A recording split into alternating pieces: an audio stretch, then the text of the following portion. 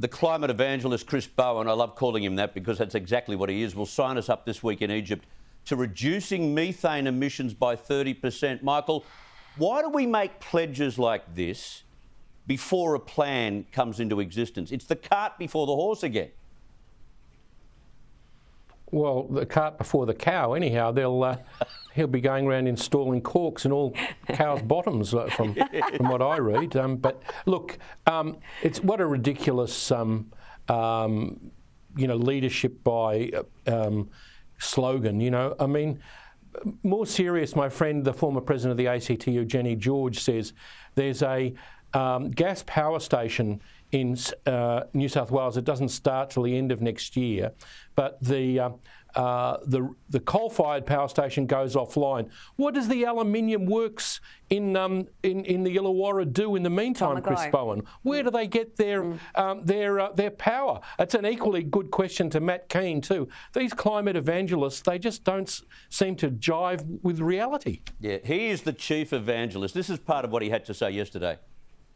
This COP, like all COPs, is an important opportunity to talk about what Australia brings to the table. It's an important opportunity to help the rest of the world take the next step forward. I'm very much looking forward to leading the delegation, particularly in the second week. We have recently announced we have signed the methane pledge, and of course there'll be more international discussions at Sharm el-Sheikh. Carolyn, I've got to say, I read an article in The Australian this weekend from Bjorn Lomborg, the environmental economist, and he was saying he's penned a great piece accusing this COP summit in Egypt of a parade of hypocrisy.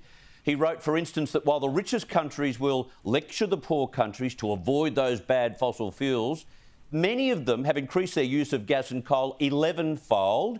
So it'll be one of these more ridiculous talk fests, this one. Absolute vanity project, Chris.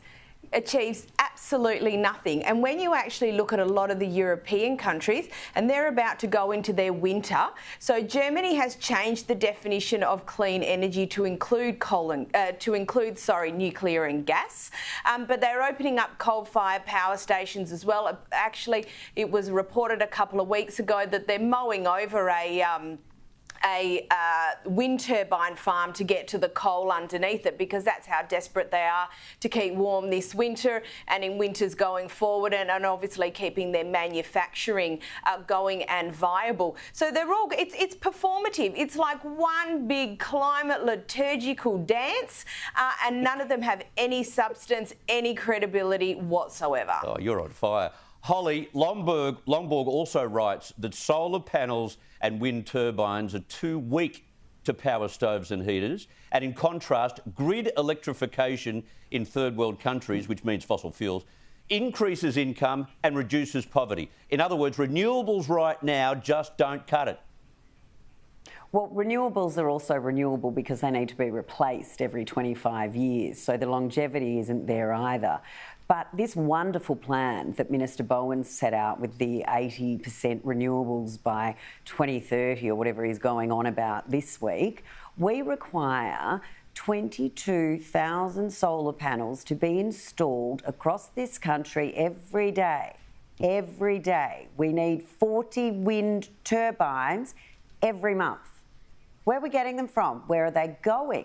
I mean, it was interesting to see Marsha Langton, the Indigenous academic, say that all of this solar panel has the possibility of inflicting more damage on Indigenous Australians and going across their lands. I mean, these people, it's stealing from Peter to pay Paul. They don't know what they're doing. I mean, we said before the election, they had a plan for a plan. Well, I'm a little bit worried they don't even have that. It's, I saw an article there, the dog that caught the car. I mean, it's exactly what they are. They've got no idea.